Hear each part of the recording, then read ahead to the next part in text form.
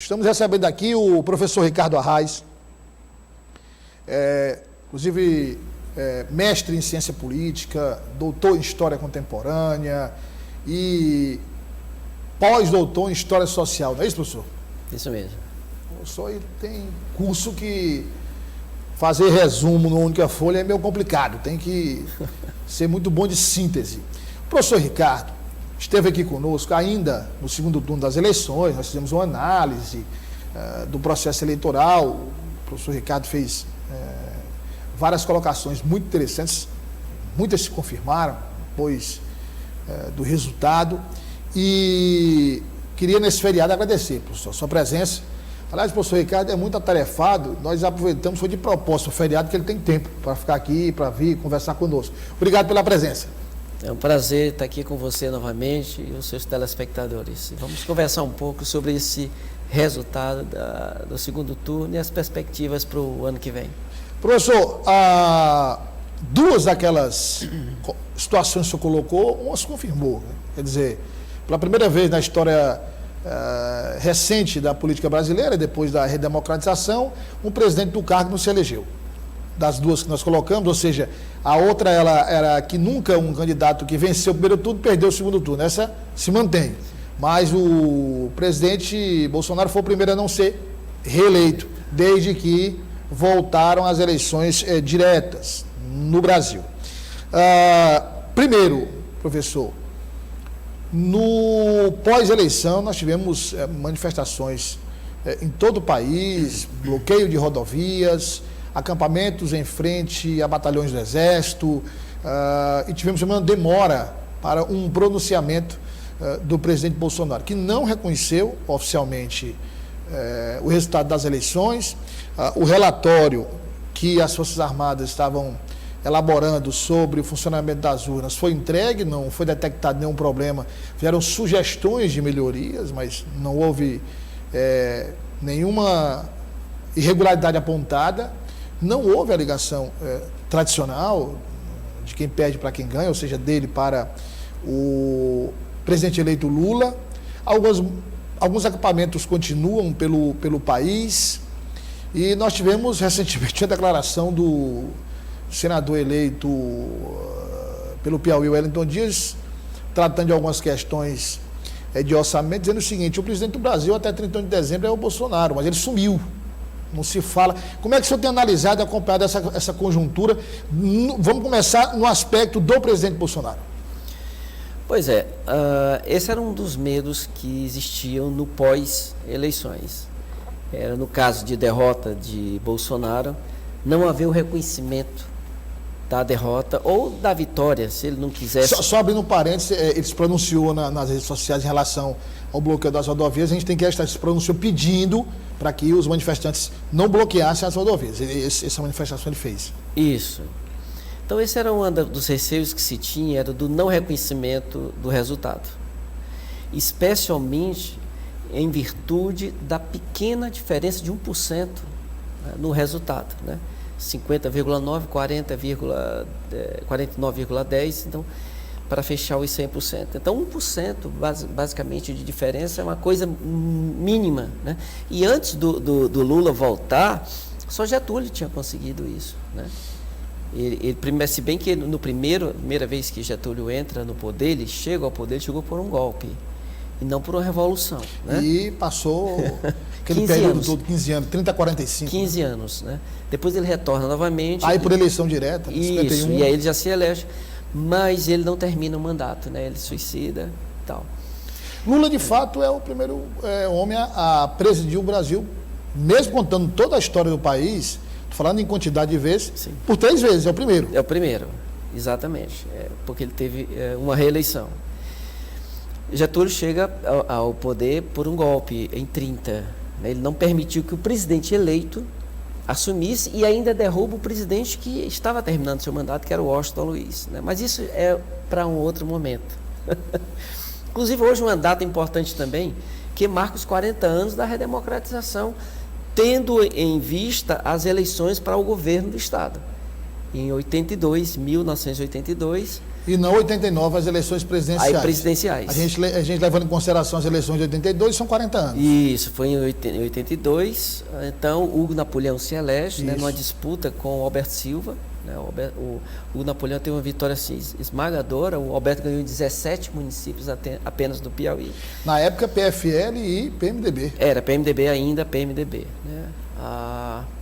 Mas, enfim, então, esse era um dos receios que se tinha do não reconhecimento. Como, de fato, em linhas gerais, não há o reconhecimento tácito de ele chegar e cumprimentar o presidente. Acho que ele não vai fazer isso, né?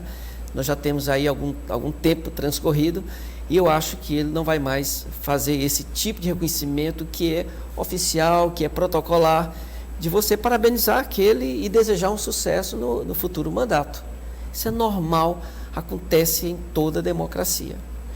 Não aconteceu na maior democracia, os Estados Unidos. Não ocorreu no Brasil também agora.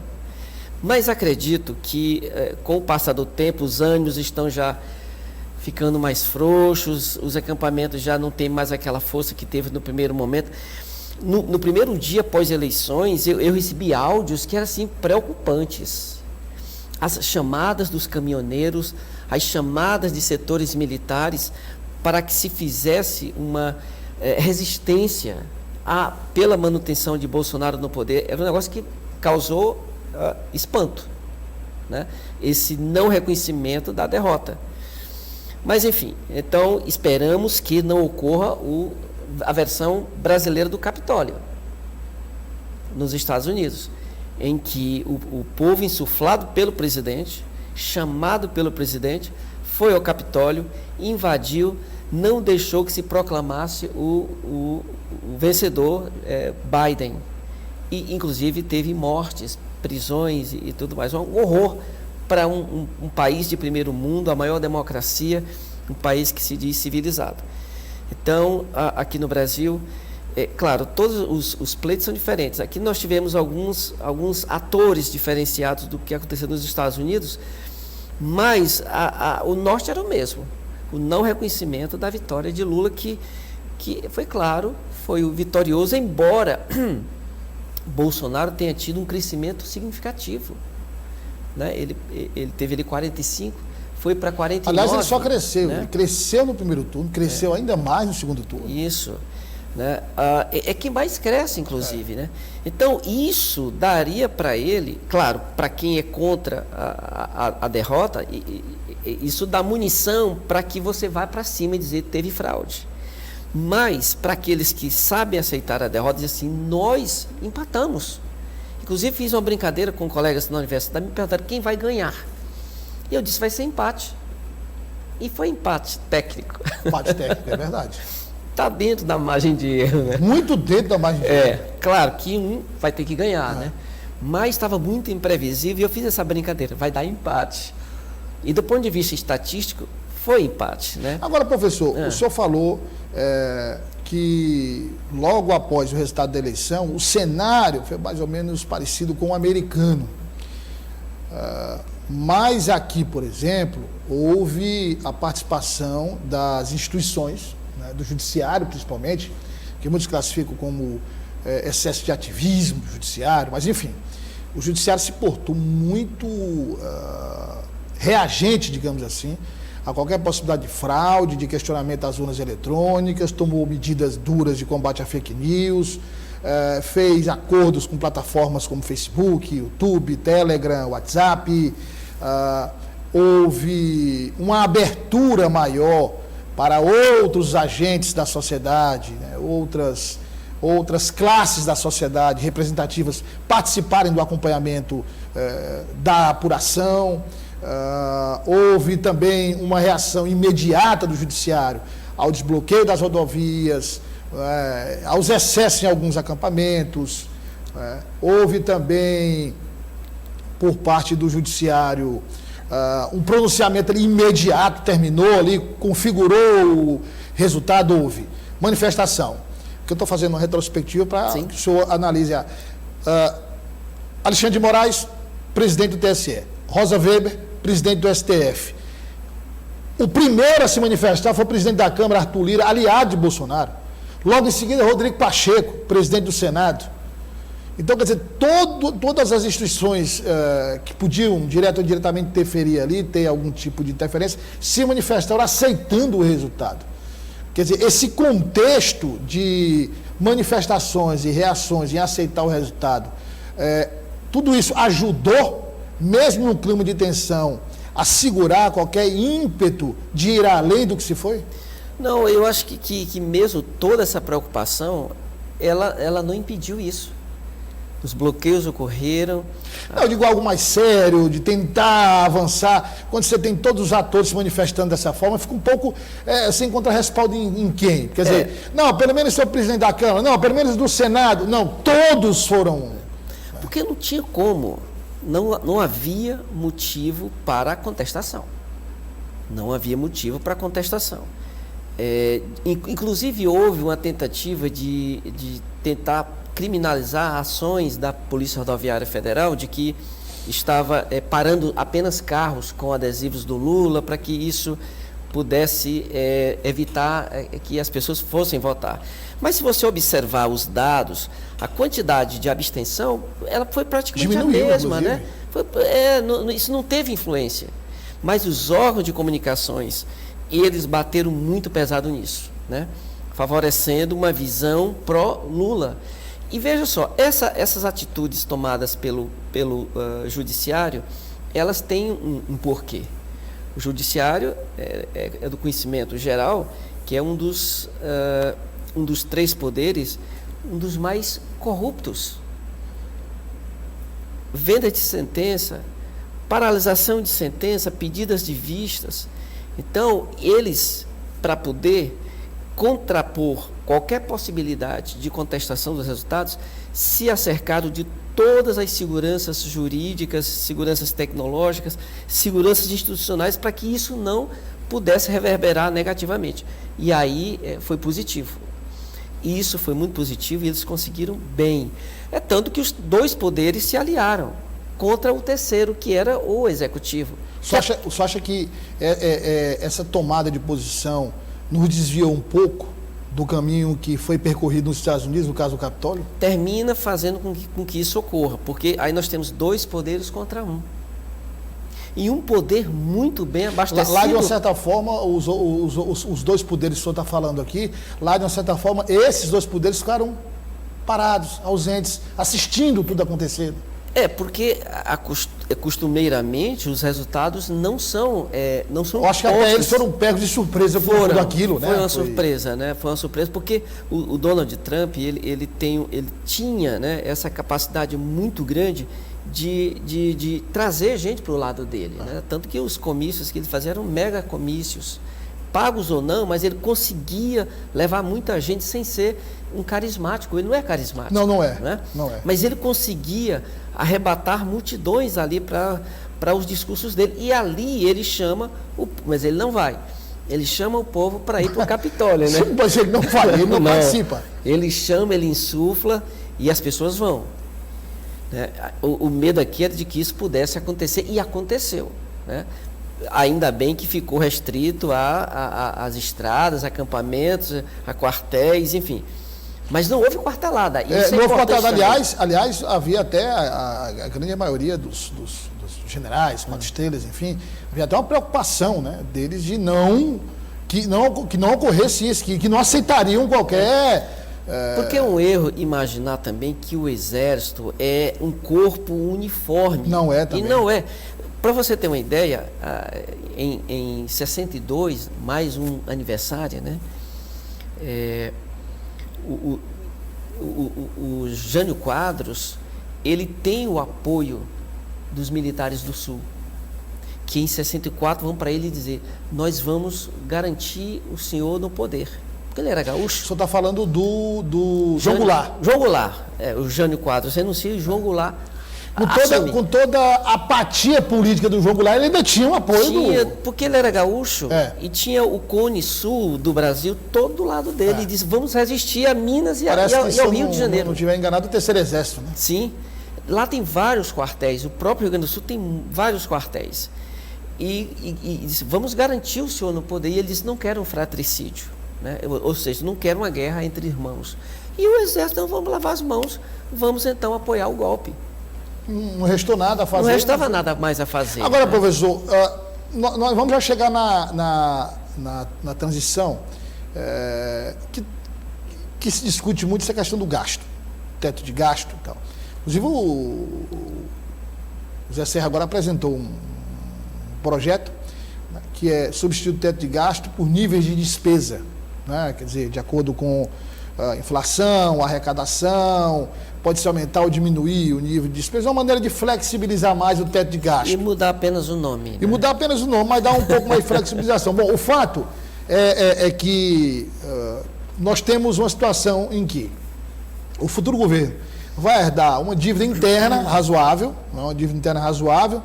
e aí coloque-se na conta realmente o gasto da pandemia, vacina, o repasse de dinheiro que teve que ser feito a estados e municípios, e os gastos mais recentes, né, sociais mais recentes, gastos próximos à campanha.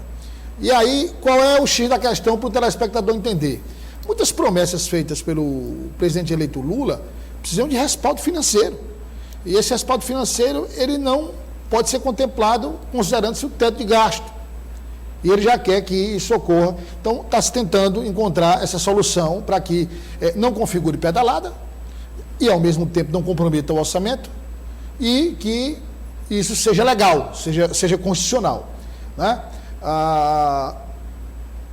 O presidente está participando da conferência COP27, clima, enfim, disse que vai anunciar alguns ministros, os principais, na volta já Fazenda, Planejamento, os ministros mais da área econômica, para sinalizar para o mercado que não vai haver nenhum tipo de surpresa, que não vai haver nenhum tipo de mudança brusca na política econômica, deve anunciar também Banco Central, e já a composição do Ministério.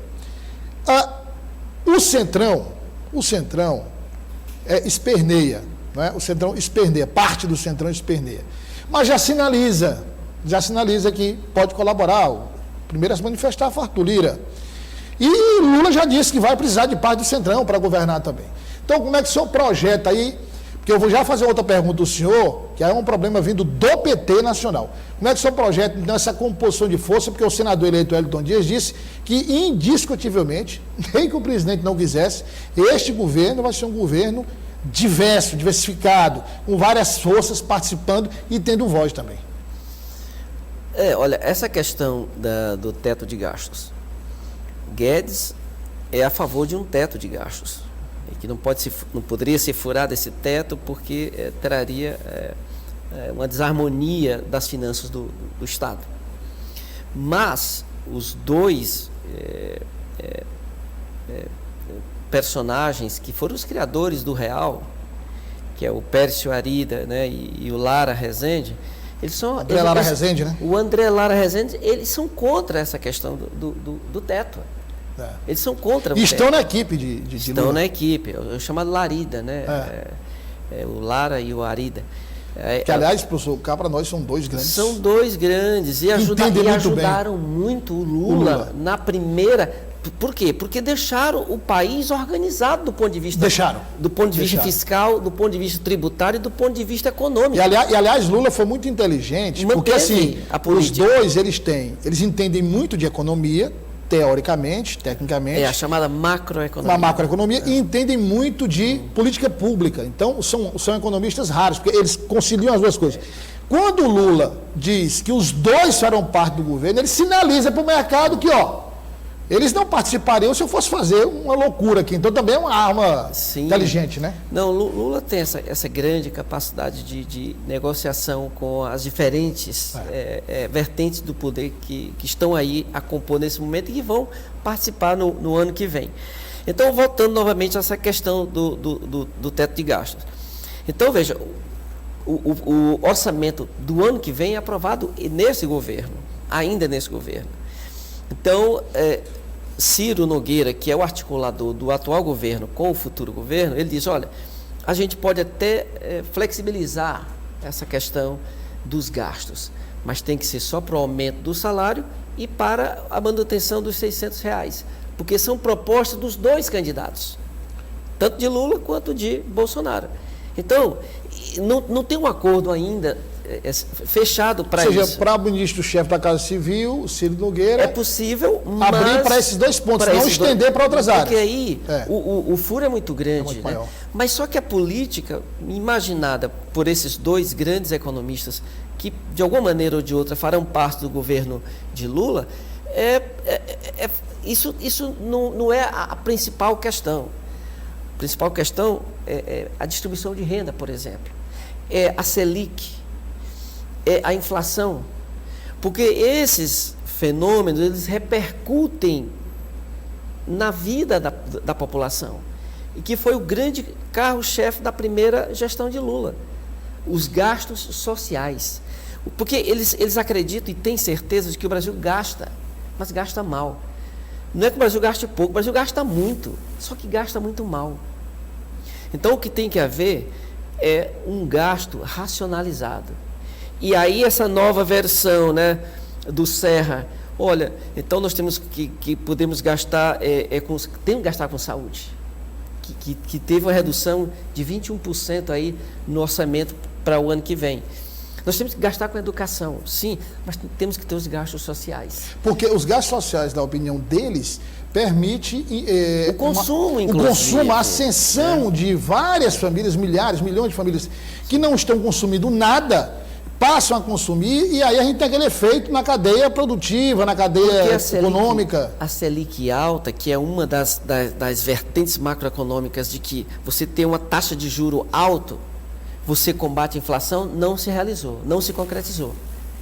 No Brasil nós temos uma inflação ainda alta, está em queda, mas ainda é alta, os juros são altos e os juros não funcionaram como uma barreira para que a inflação não subisse. E aí tem um detalhe, professor.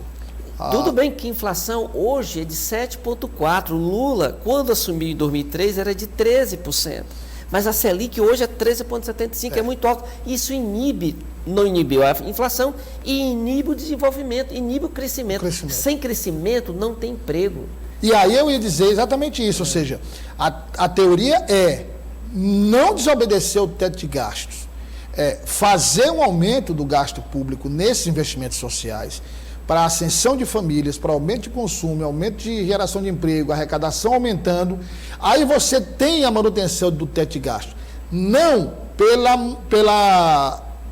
pelo teto de gastos em si, ou seja, pela limitação de gastos, mas pelo aumento de arrecadação. Ou seja, de um outro lado. Ou seja, não é, não pode passar daqui. Não, isso aqui, vamos tirar isso aqui um pouco, porque isso aqui vai voltar, porque embaixo vai subir. Então, quer dizer, é uma outra dinâmica. Bom, mas aí, indo além... Agora, ainda isso nós estamos falando de problemas internos. Tem os externos.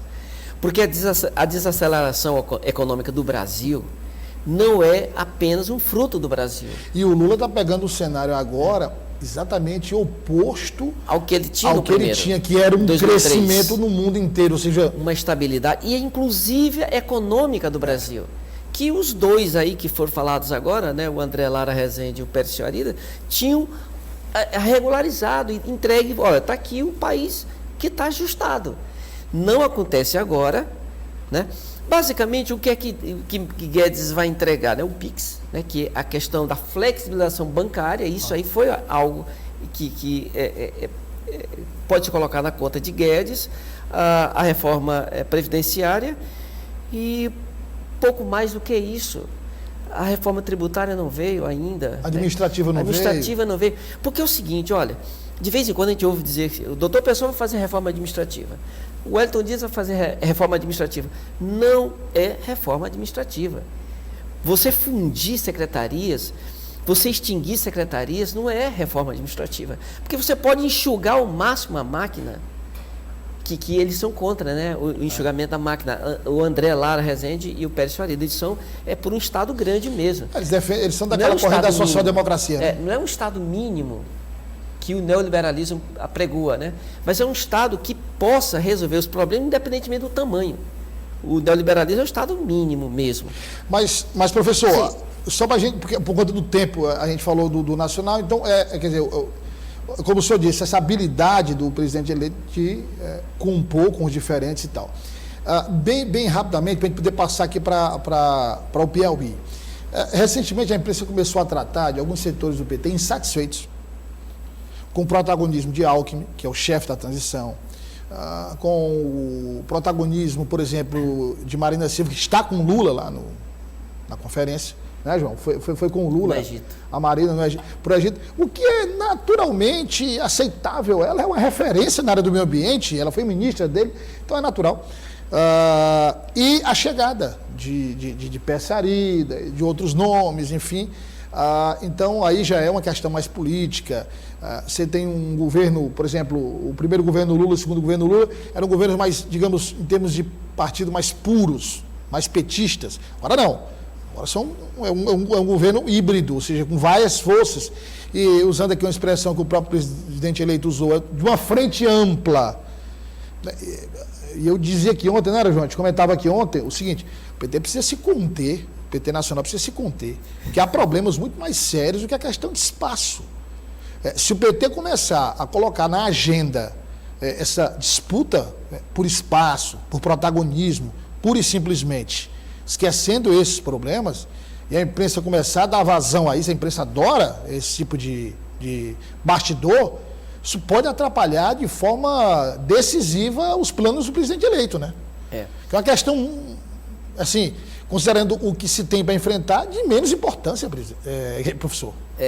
Só para finalizar aquela inicial, a pandemia, a desaceleração econômica mundial, os juros altos no mundo inteiro, você vê a inflação alta no mundo inteiro, você vê que derrubou o Boris e derrubou a ex-primeira-ministra da Grã-Bretanha com 45 dias. Né? E o atual vai ter problemas também. E a questão da crise dos combustíveis, por conta da guerra da Ucrânia. Se bem que o presidente da Ucrânia disse que está perto de expulsar de vez a Rússia. Seria uma derrota histórica, é outro ponto, mas seria uma derrota histórica para o Vladimir Putin. Mas, na verdade, quem está ganhando essa guerra é a inteligência norte-americana. Né? Não é a Ucrânia. Não é a Ucrânia, né? Aí é a OTAN que está levando isso adiante. E os exércitos mercenários. Com relação a essa questão interna do PT, né? O PT já não é mais aquele. Há muito tempo. Em 2002, o Lula, ele quebra a espinha dorsal do marxismo. O que o marxismo dizia? Marx deixa bem claro naquele manifesto do Partido Comunista. São duas classes na sociedade e elas são inconciliáveis. Lula quebra isso. Capital e trabalho. E ele quebrou. Completamente. Ele traz o capital para dentro do trabalho, né? E aí ele se elege junto com... Aliás, eu não sei se ele... José de Alencar. Aliás, eu não sei se ele conseguiu, digamos, desfazer tudo que Marx disse, mas para o Brasil funcionou. Funcionou. Muito bem. Isso ficou claro. Ele junta água e óleo, que são dois elementos que não se juntam, o capital e o trabalho. Então, já desde aí, o PT já não é mais aquele vermelho, aquele partido vermelho. Não é mais. Nunca foi. Aliás, falando em vermelho, pouco foi usado até. Usado depois da eleição do resultado. Mas eu não sei se... Usava muito branco, azul, mas tal. Mas não tenho nenhuma procuração para falar em nome dessa pessoa, mas você conhece. Essa pessoa foi eleita vereador pelo PSDB e depois fez injunções para entrar no PT, mas não entrou. Porque era tucano, ele era azul e não era vermelho, né? E hoje qualquer um entra, né? Com mandato ou não, com algum capital político, entra no PT brincando. Nós tivemos aí, entrando agora na questão local, várias, né? Nós tivemos pelo menos 6 neopetistas que foram eleitos e mais bem votados do que os petistas. Então, veja só, caso queiram fazer uma bancada ad hoc dentro da Assembleia, eles podem fazer. Eles têm uma quantidade boa de... São 12. Não é? Então, veja só, eu digo os neopetistas. Pelo menos a metade da bancada. Mais da metade. A raiz mesmo, nós temos uns 4 ali, que são uns 4 ou 5 que são raízes mesmo, né? Então, para fazer uma oposição ao governo do Estado, não seria coisa tão difícil assim. Se houvesse se rebelasse e tal, né? Pois então. Mas aí eu queria perguntar, para finalizar, Renato, só a questão local, que é a seguinte. Tem uma frase ontem do senador eleito Wellington Dias dizendo o seguinte: Aqui a nossa dívida é de 80% a 85% do PIB. Isso 86% do PIB do Brasil. Sim. Aí esse é o caso do Piauí. No caso do Piauí nós temos 8% do PIB. Olha a diferença, quer dizer, ele dizendo, olha a diferença. Muito bem. Mas tem que ver o tamanho do nosso PIB também, né? Não, isso proporcionalmente, né? Se analisar o que é de dívida, né? Rafael Fonteles, ele fez todas as indicações técnicas, ele não abriu mão das áreas vitais. Fazenda, educação, saúde, segurança, Secretaria de Governo, Procuradoria-Geral do Estado, as áreas. Aliás, ele aumentou até o conceito de cota pessoal. Técnicos. Fez indicações por isso, contemplou todas as forças políticas. Mas mesmo nessas indicações, a grande maioria tem perfil técnico. Mesmo sem indicação política. Tem perfil técnico. Então, no geral, o que é que se fala? Que o secretariado de Rafael Fonteles é um secretariado mais técnico que já se viu nos últimos anos. Bem mais técnico. Todos os secretários, vários passaram, Renato, quantos? Acho que uns 8. 6, 7 passaram aqui, os principais. E todos, professor, com o mesmo discurso, ou pelo menos com um segmento que é comum. Ele quer, por exemplo, o desafio dele é, nos 4 anos, deixar segurança, educação e saúde como referências no Brasil. Em 4 anos. Então, o governo diagnóstico, estabelecimento de meta, cumprimento de meta, apresentação de resultado. O governo é isso e pronto. E acabou. Né? Isso ele vai cobrar pessoalmente, de que todos os secretários disseram isso. Né? Então, o governo que aparenta ser técnico, que aparenta ser um governo bem de metas mesmo, e o que esperar, que é que o Piauí, quer dizer, pelo que se projeta aí, será um governo de resultados, assim, ele pretende, segundo os secretários, não é só conversa, não, mostrar na prática, nós saímos daqui, viemos para cá, melhoramos assim, parece que a expectativa é de um governo diferenciado, né? Não querendo ser o advogado do diabo, essa coisa eu já ouvi muitas vezes. Não, nós já ouvimos, estou falando baseado nos dados, né? Pois olha, o trabalho vai ser muito grande e árduo, porque do ponto de vista educacional, a educação do Piauí é uma desgraça. Se você pegar e colocar no mapa do Brasil, IDEB, essas questões, assim, você vai ver que nós estamos no vermelho. Melhor aqui do que o Maranhão, mas do que o Maranhão também não é grande coisa, né? Então, o trabalho vai ser árduo para fazer isso. Esse cumprimento de metas, quero ver isso no final. Seria, uma expectativa, se se concretizar, vai ser bom. Pronto. Agora só, as práticas políticas velhas continuam acontecendo, né? De mudar o resultado eleitoral na caneta. O Wellington Dias é um craque de fazer isso. Mudar o resultado eleitoral na canetada. Chamar 6 deputados. Então você muda o cenário que foi montado pelo povo. Você muda o resultado democrático com uma autocrático. Você chega e diz, vou chamar tantos para poder trazer os seus aliados para dentro da Assembleia e negociar e assim governar. Estou vendo isso acontecendo de novo. Esse parece que vai ser a mesma, uma novidade, o museu sem grandes novidades, né? O que nós estamos vendo aí. É interessante essa versão técnica. Agora, você não precisa botar um médico para ser secretário de saúde. É um erro. E não vai ser, né? É um engano, né? Você botar um economista para cuidar da parte da fazenda. Você tem que ter administradores. Nós temos cursos hoje de administração hospitalar, que vai fornecer quadros muito mais bem preparados do que médicos. O médico pode ser um excelente cirurgião do coração. O planejamento é um cientista político, é o Washington Filho, eu conheço muito bem. Demais. O da Fazenda é um economista, quer dizer, um administrador mesmo, que é o Antônio Luiz. O secretário de Educação é um juiz do trabalho que trabalha nessa área de educação, da educação superior. Sim.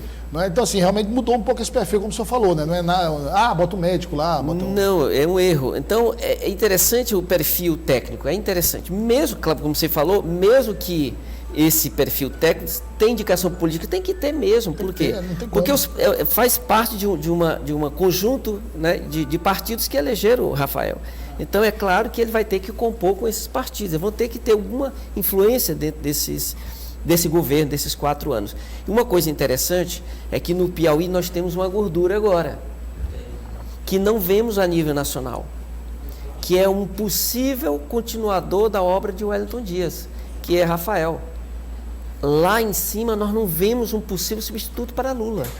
Não tem ninguém preparado para isso. A coisa nova, e que inclusive justifica não ser a Regina, não ter sido Regina a candidata à reeleição, é colocar um oxigênio no partido. E nisso o senador eleito foi inteligente. E aqui, sim, porque colocou um garoto ainda na política, né, mas que já tem uma trajetória, porque o pai foi deputado, o pai é petista de raiz, e conviveu com o Lula ainda criança, né? Então, nós ganhamos isso para o futuro. No Brasil, nós não temos isso. Ninguém nem sabe se Lula tem um fôlego para um segundo mandato agora, né? Disse que não vai nem... Que seria um quarto mandato, né? Nem pleiteiro, nem sonha com isso. Quem seria o substituto dele? Alckmin. O PT que sempre não lança vice, só lança o cabeça, né? Quem que estão preparando para isso? Não vejo nomes. Não vejo nomes. Bom, isso aí a gente vai ter que voltar outras vezes com o professor para acompanhar, porque... Aí também, depois, Renato, tem quando fechar o ministério do presidente eleito, a avaliação desses nomes para a gente... Né, aliás, tão interessante quanto os nomes vão ser aqueles, digamos, próximos aos... No caso da economia, se fala muito no governador Wellington Dias, né? Mas, digamos ali... Pécio Arida, Lara Rezende, todos ali como base. Ministra da Educação, a governadora do Ceará. Governadora exatamente, do Rio Grande do Norte, né? Do Ceará? Do Ceará. A Isolda, né? Isso. A Isolda.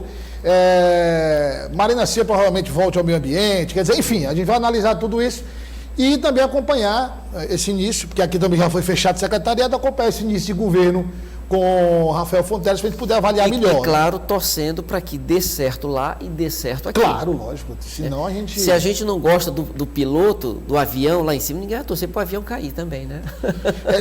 Aquela história, Renato. O Renato vai fazer uma viagem de avião, aí ele sobe, olha para o piloto, rapaz, não foi com a cara desse piloto. Aí vai desejar que o avião caia com ele, todo mundo. Então não tem nada a ver com a outra, né? Obrigado, professor. Foi um prazer. Prazer. Muito obrigado. Prazer recebê-lo aqui, sempre, professor Ricardo Arraes.